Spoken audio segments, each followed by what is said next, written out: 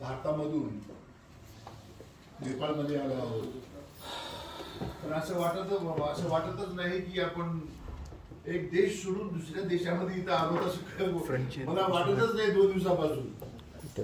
कारण माणसं जी दिसतात ती सगळे भारताची आणि पूर्ण नेपाळ देखील मला भारतमय झालेलं आहे असं वाटतं मला.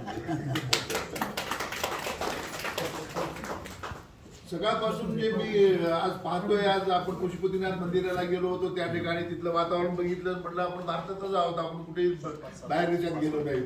पण सुदैवाने आपल्याला आज या ठिकाणी व्यासपीठावर बसलेले डॉक्टर संघर्ष सावळे, डॉक्टर अशोक पवार, राजाराम जाधव साहेब, प्राध्यापक शेळके सर आणि आपण सर्वांनी स्वेच्छेने होऊन या ठिकाणी नेपाळला आलोत आणि नेपाळमध्ये येऊन आपण इथं कवी संमेलन भरवतोय, पुस्तकाचं प्रकाशन करतोय आणि काही लोकांना या ठिकाणी आपण त्यांना सन्मानित केलेलं आहे. या कार्याबद्दल मी सर्वप्रथम डॉक्टर संघर्ष सावळे सरांचा मी अभिनंदन करतो आणि त्यांचा मी आभारी आहे. त्याचबरोबर डॉक्टर पवार सरांनी याच्यासाठी कष्ट घेतले आणि त्या खरं पाहिलं तर डॉक्टर संघर्ष सावळे सर आणि पवार सर या दोघांचं हे कार्य लक्षात ठेवा. म्हणजे या दोघांनी मिळून एक म्हणजे जॉईंट व्हेंचरनी हे काम केलेलं आहे आणि त्यांनी सगळ्यांनी आपल्याला या ठिकाणी आणून बसवलेलं आहे आणि 2 दिवसापासून चांगलं केलेलं आहे. आणखी आपल्याला 4 ते 5 दिवस या ठिकाणी थांबायचं लक्षात ठेवा.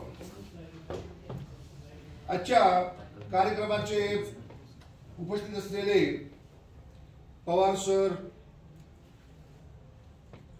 त्यानंतर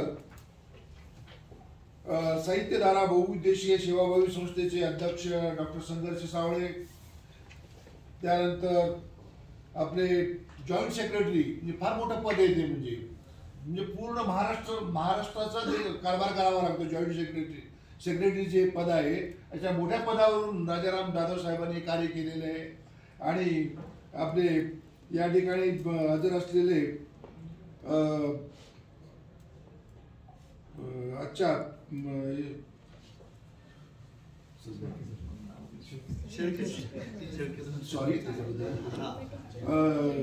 आदरणीय शेळके सर आणि या ठिकाणी या कार्यक्रमासाठी जमलेले सर्व बंधू आणि भगिनींनो, लहान मुलांचंही मी या ठिकाणी स्वागत करतो. त्यांनीही आवर्जून या कार्यक्रमाला उपस्थिती दर्शवलेली आहे. मी एक न्यायाधीश म्हणून जवळजवळ 28 वर्ष नोकरी केली आणि संपूर्ण महाराष्ट्रामध्ये फिरून, म्हणजे विदर्भापासून ते राधानगरीपर्यंत फिरून सगळं मला जॉब करावा लागला. आणि हे जॉब करत असताना मला समाजामधून ओवाळून टाकलेली माणसं मला भेटली. म्हणजे उकिरड्यावर टाकलेली माणसं सगळी, म्हणजे तुमच्यासारखी माणसं मला कधीच भेटली नाही. आमचा संपर्क यायचा तो नेहमीच गुन्हेगार, मारामारी करणारा, खून करणारा, नेहमी भांडण करणाऱ्या लोकांशी संपर्क आला जवळजवळ 30 वर्षाच्या कालावधीमध्ये. तरी पण मी माझ्यातला माणूस मी कधीही संपू दिला नाही, त्याला मी जाणून ठेवलं आणि वेळ मिळेल त्यावेळेला लिखाण करायला सुरुवात केली. आणि सुरुवातीपासूनच मला लिखाणाची आवड असल्यामुळं मी असं ठरवलं की आपण जरी न्यायाधीश म्हणून नोकरी करत आहोत तरी पण आपल्याला साहित्य हे सोडता येणार नाही. कारण साहित्य जे आहे हे समाजाचं प्रतिबिंब आहे, समाजाचा आरसा आहे. साहित्य म्हणजे काय? What is literature? Literature is nothing but a reflection of life. प्रत्येक माणसाच्या जीवनामध्ये जे काही घडत राहतं ते आपण साहित्यामध्ये मांडत राहतो. त्याचा आणि साहित्य कसा असतो बघा, म्हणजे नेहमीच अतिशय प्रामाणिकपणानं तो आणि चिकित्सक बुद्धीनं सगळ्या गोष्टीकडे पाहणी करत राहतो. वाईटातलं वाईट, चांगल्यातलं चांगलं, सर्व गोष्टींचं निरीक्षण करणारा हा लेखक असतो, कवी असतो. कवीबद्दल तर तुम्हाला माहितीच आहे, जे न देखे रवी ते देखे कवी. अनेक वर्षापूर्वीच आपल्या काही कवींनी सांगितलेलं आहे की जे न देखे रवी ते देखे कवी. इतकी मोठी प्रतिभा कवींना लाभलेली आहे आणि आपल्या लेखकांनाही प्रतिभा लाभलेली आहे. पुस्तकं लिहिणं म्हणजे काही म्हणजे एखादा निबंध लिहिण्यासारखा नाहीये. पुस्तकं लिहिणं म्हणजे महान असतं.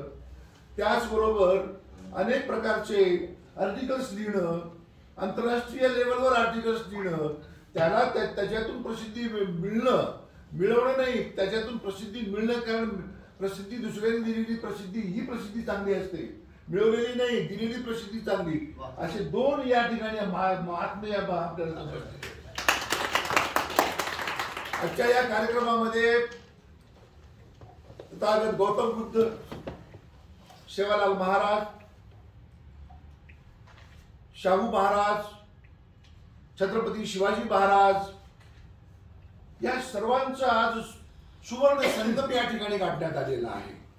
आणि आपण वेगवेगळ्या क्षेत्रामधून, वेगवेगळ्या फील्डमधून आपण इकडे आलात, त्याबद्दल आपल्या मनामध्येही या कवी संमेलनाबद्दल आणि या साहित्य संमेलनाबद्दल जरूरच उत्सुकता आहेच. आणि आपण ती उत्सुकता या ठिकाणी दाखवत आहोत. आणि आपण या ठिकाणी आज 2 पुस्तकांचं, जे 3 पुस्तकांचं प्रकाशन केलं, ज्यांच्या पुस्तकांचं प्रकाशन आपण केलं त्यांचं मी मनापासून अभिनंदन करतो. आणि या कार्यक्रमाला मला इथं बोलवलं, बोलण्याची संधी दिली, त्याबद्दल मी सर्वांचा आभारी आहे. जाता जाता थोडंसं काही म्हणावं असं वाटतं मला की आपल्यामध्ये परिस्थिती अशी निर्माण झालेली आहे की फक्त शरीर, डोक्यावर केस पांढरी झालेली असली तरी काही डेंटी पेंटी करून काळी केलेली केस हेच आपल्याला पाहायला मिळतं. पण आपल्याला आज माणसांची गरज आहे. या देशाला वाचवण्यासाठी, या देशाला पुढे घेऊन जाण्यासाठी, या देशाचा विकास करण्यासाठी, एवढंच नव्हे तर आपल्यामधल्या माणसाचा विकास करण्यासाठी देखील आपल्याला माणसाची गरज आहे. म्हणून संत तुकडोजी महाराज, विदर्भामध्ये महान संत तुकडोजी महाराज म्हणतात, माणूस द्या मज माणूस द्या, माणूस द्या मज माणूस द्या, ही भीक मागता प्रभू दिसला. देव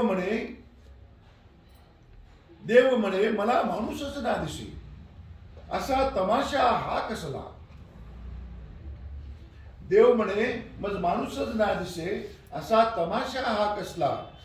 जंबुक मेंढूक कुत्रे डुकरे, जंबुक मेंढूक कुत्रे डुकरे, बहुत मिळे परी काय करू. यांना शहाणा करण्यासाठी माणूस मजला हवा भरा. यांना शहाणे करण्यासाठी माणूस मजला हवा भरा. मला माणसाची गरज आहे. आणि आज ती माणसं या ठिकाणी या स्टेजवर बसलेली आहे. यांना विसरता कामा नये आपण. आणि अशा प्रकारच्या माणसांची जे विचार आहेत, जी प्रवृत्ती आहे, ती प्रवृत्ती आणि विचार आपल्या सर्वांमध्ये जागृत झाले पाहिजे. आणि आपण सतत काम करण्यासाठी तत्पर राहायला पाहिजे. मला एकाने विचारलं की आता तुम्ही रिटायर झाले आणि म्हणजे तुम्ही आता आराम करणार. मी म्हटलं त्यांना